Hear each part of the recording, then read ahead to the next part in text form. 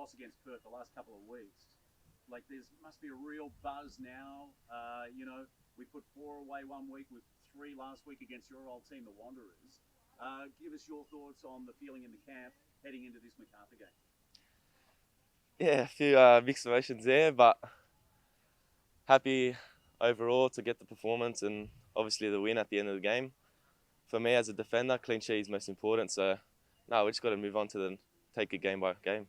Yeah, I'd like to really hear a little bit about your background. So, you're a Canterbury boy. Did you come through Sydney Olympic?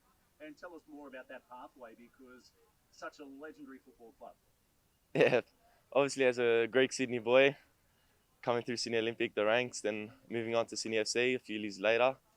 No, it was always a stepping stone and happy to play for that club, really.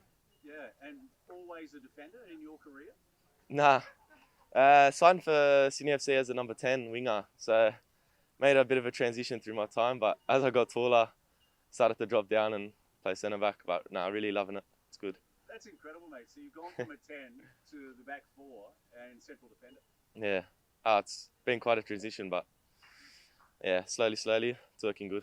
So you also spent some time with the Wanderers, and in the back 4 at the moment, we've got a former Wanderer as well. Like, did you guys play together? Yeah, to be fair, my time at Wanderers, the 3 years there, I struggled to get first-time minutes, which was the reasoning why I chose to come to Mariners. I had a lot of trust in Monty and Sergio, and they put that trust back in me, and I'm really thankful for that.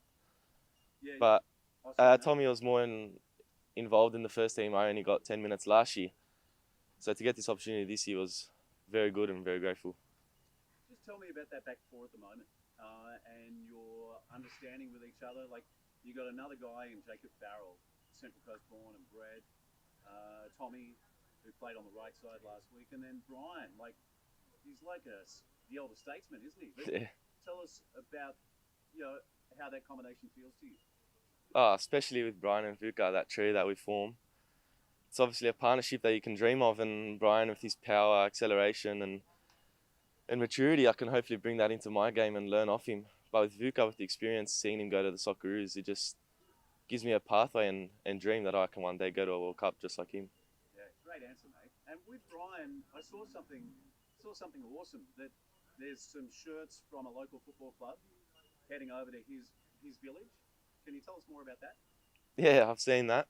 And we'll be going to Vanuatu as well in the next coming weeks. So, it'll be good to get to know a bit of his heritage and place where he grew up. So, it's good.